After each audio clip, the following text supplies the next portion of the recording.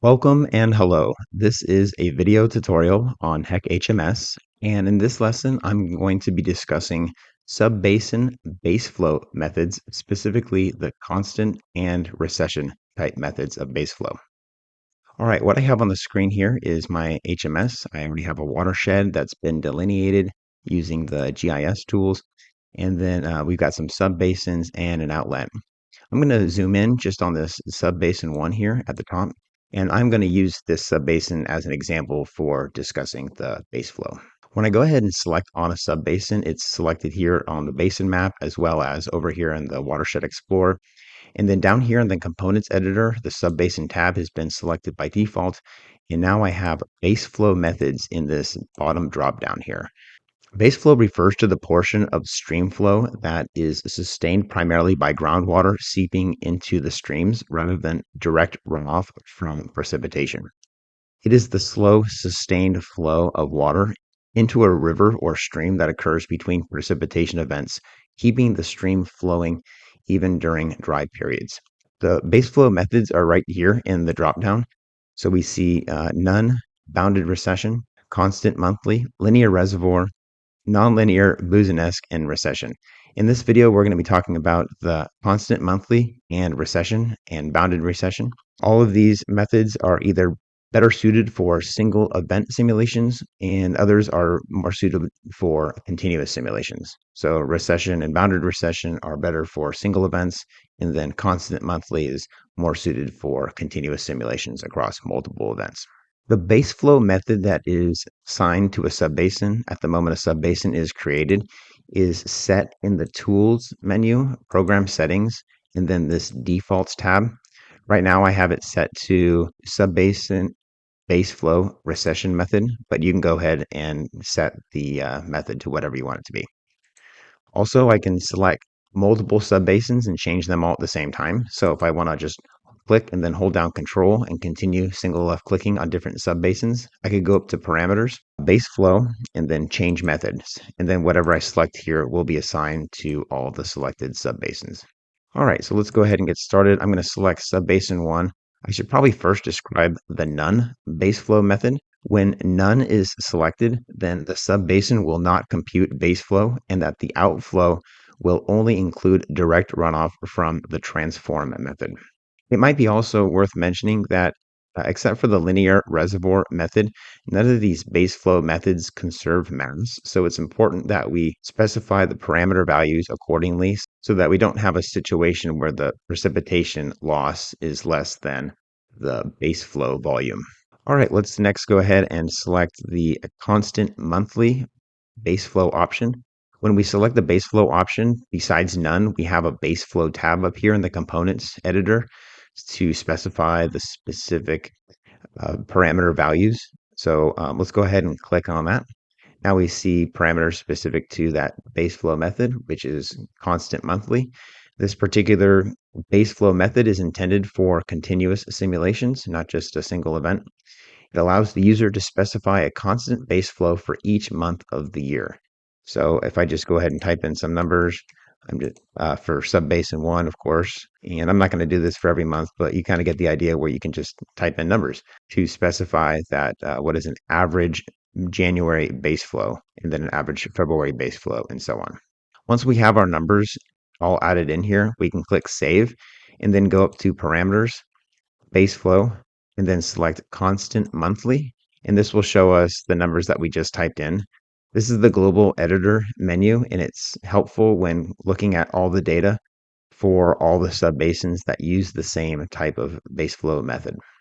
You can also make edits directly in this editor.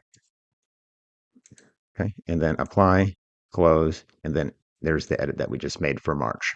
Next, let's select a different base flow method. Let's move on to the recession method, and then select the base flow tab. Now we have different parameters that we need to provide here. This recession method is best for single events, but it could be used for continuous event simulations as well. The channel flow recedes exponentially after a precipitation event, and base flow can automatically reset after each storm event. This method does not conserve mass. If I bring up the discussion for recession model, we see that the decay constant K basically controls how fast the flow at QT approaches zero based on an initial Q zero. So this recession only takes place on the receding end or the lowering end of the hydrograph. As far as the parameters go, we first have to specify the initial type and initial discharge. So for instance, we would select just discharge here if we had like a stream gauge. So we could just type in a number for CFS and it would be CMS for metric units. But if I didn't have any observed stream flow data, then I may choose discharge per area and just add a number in there. The units now is CFS per miles squared. And this would be if, yeah, I didn't have stream flow data and general guidelines would be used to estimate this particular flow. So if my subbasin was, say, 100 miles squared, then at 1 CFS per mile squared, that would result in an initial discharge of 100 CFS. Next down is the recession constant. So this is that K value. Typical values would be like 0.95 for groundwater, zero point 0.8 to zero point 0.9 for interflow. And then for surface runoff, it would be much lower, like 0.3 to zero point 0.8. Sort of depends on the subbasin itself.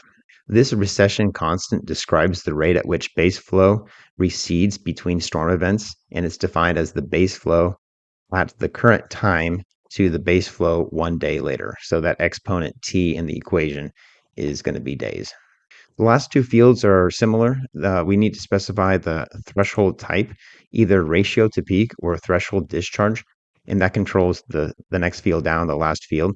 This threshold basically is used to indicate when the baseflow recession curve begins. The baseflow will be reset when the receding limb of the event hydrograph, when the flow decreases to a certain amount. So in the case of ratio to peak, if I say I put in 0.5, then that means that the threshold would be 50% of the peak flow. The baseflow recession curve would begin at 50%.